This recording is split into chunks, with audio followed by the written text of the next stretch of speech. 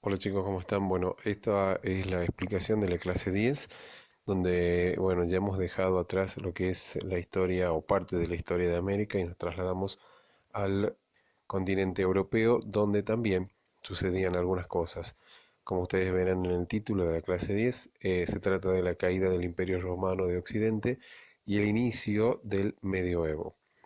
Las consignas que ustedes tenían que averiguar después de la lectura del material era mencionar los rasgos que marcaron la crisis del Imperio Romano de Occidente, cuáles fueron los principales pueblos que atacaron las fronteras del imperio, quiénes fueron los germanos, explicar la organización, la cultura, la religión que ellos tenían, quién fue Rómulo Augustulo, bajo qué condiciones permitieron los emperadores romanos el ingreso de los pueblos germanos, qué estrategia utilizó el pueblo de los francos salios contra el Imperio Romano de Occidente. ¿Se unieron o no se unieron? ¿Qué pasó? ¿Qué sucedió entre el temible Atila y el Papa León I? Indicar también principales asentamientos de los pueblos germánicos. Aquí se conoce con el nombre de Edad Media o Medioevo. Explicar esto. ¿Y cuáles son los puntos claves de la etapa de la transición desde la antigüedad a la Edad Media? ¿Cómo suele dividirse el periodo histórico conocido como Edad Media? Antes de ir a eso, tenemos que recordar que ya en el transcurso de la historia, que ustedes no lo van a ver este año, está la historia de Egipto, también está la historia de Grecia y también está la historia de Roma, la antigua Roma, que es la que ya está en decadencia y que va a dar paso a la Edad Media. Los rasgos que marcaron esa crisis del Imperio Romano para dar comienzo a la Edad Media fueron estos: la pérdida de funciones de sus ciudades, la ruralización de la vida, la debilitación de las relaciones de tipo público en beneficio de lo privado, el creciente peso de la fiscalidad imperial, había que pagar impuestos y esto se tornaba muy difícil para las aldeas que estaban dentro del imperio. También la difusión de religiones menos cívicas y colectivas y más salvajes y personales, que son las que aparecieron con los nuevos grupos que ingresaron al imperio. Y los bárbaros, claro, que estaban penetrando al imperio romano y lo hacían de dos maneras. Una de forma tolerada, ¿sí? De forma pacífica, y otras con invasiones como la misma palabra lo indica. Los pueblos que atacaron al Imperio Romano fueron varios, ¿sí? Los godos en el 376, al cruzar el río Danubio en el 406, los vándalos, los alanos y los suevos también hacen lo suyo cruzando el río Rin para instalarse en Hispania. Luego también los visigodos van a aparecer en el 408.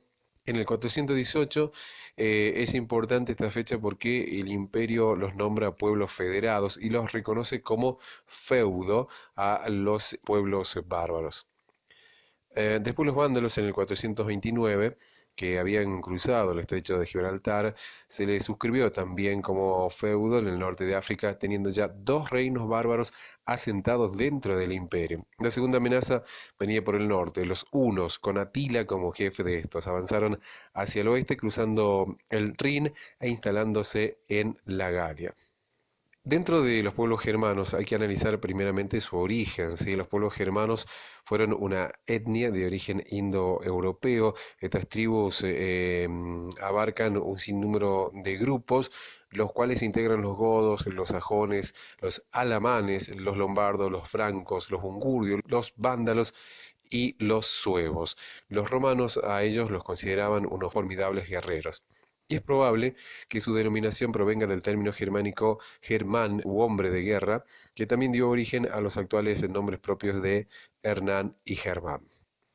Su organización social eran tribus independientes que ocasionalmente se juntaban o se confederaban para ir a la guerra.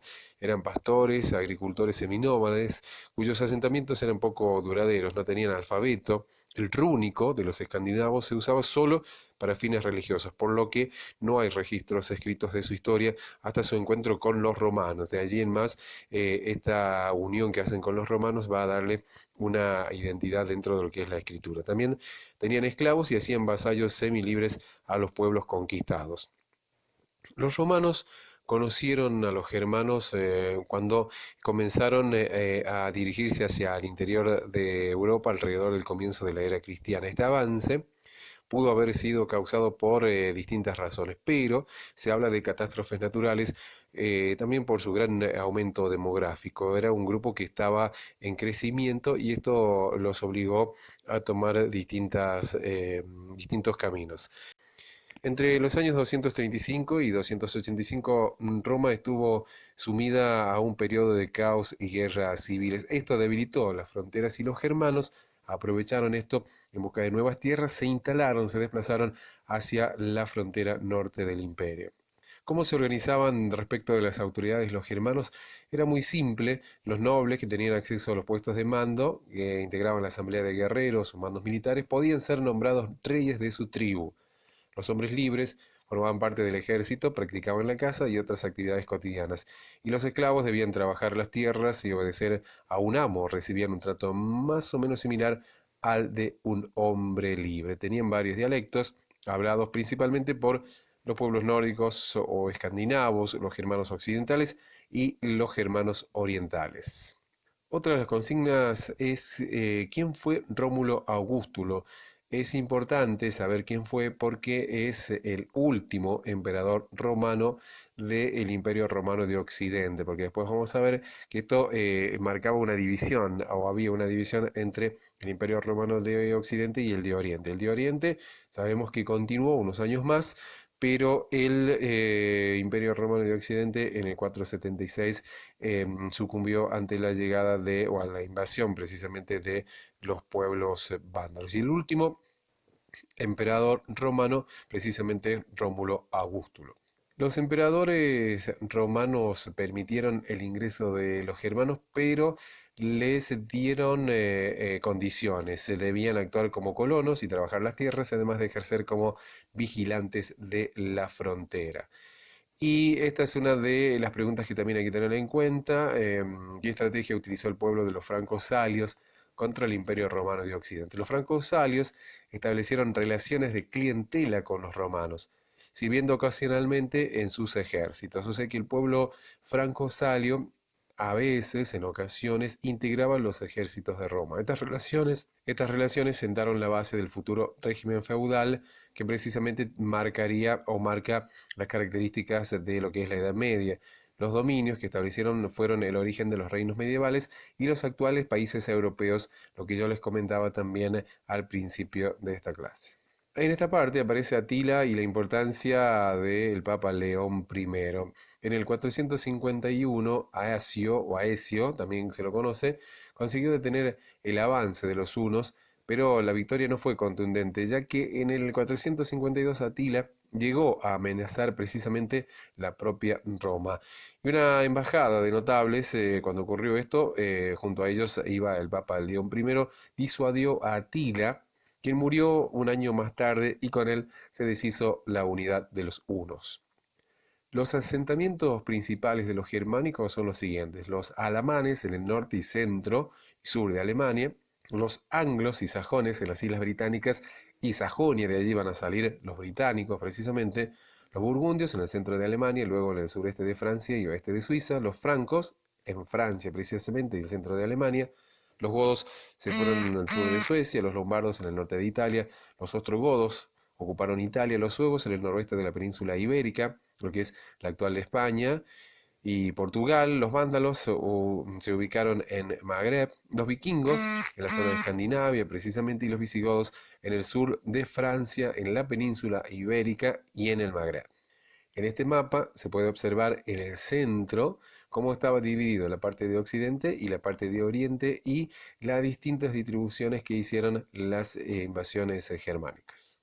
Luego, para ir cerrando lo que es la parte del Imperio Romano de Occidente, comienza la Edad Media y se analiza precisamente cuándo comienza este periodo histórico de la civilización occidental que comprende el siglo V hasta el siglo XV. Se sitúa precisamente, como lo hablábamos hace un rato, en el año 476, con la caída del Imperio Romano de Occidente y su fin en 1492 con el descubrimiento de América, o en 1453 con la caída del Imperio Bizantino. El Imperio Bizantino es el conocido también como Imperio Romano de Oriente. Los puntos claves de esta transición desde la antigüedad a la Edad Media son los siguientes. En lo económico se marca la sustitución del modo de producción esclavista por el modo de producción feudal. En lo social, para la desaparición del concepto de ciudadanía romana y la definición de los estamentos medievales. En lo político, la descomposición de las estructuras centralizadas del Imperio Romano, que dio paso a una dispersión de poder, y en lo ideológico y cultural, para la absorción y sustitución de la cultura clásica por las teocéntricas culturas cristiana o islámica, cada una en su espacio. ¿Cómo se divide la Edad Media? Se divide en temprana o alta Edad Media, desde el siglo V al siglo X, la Baja Edad Media del siglo XI al XV, que a su vez también suele dividirse en un periodo de plenitud. La Primera Edad Media del siglo XI al siglo XIII y los dos últimos siglos que presenciaron la crisis precisamente de la Edad Media o del siglo XIV.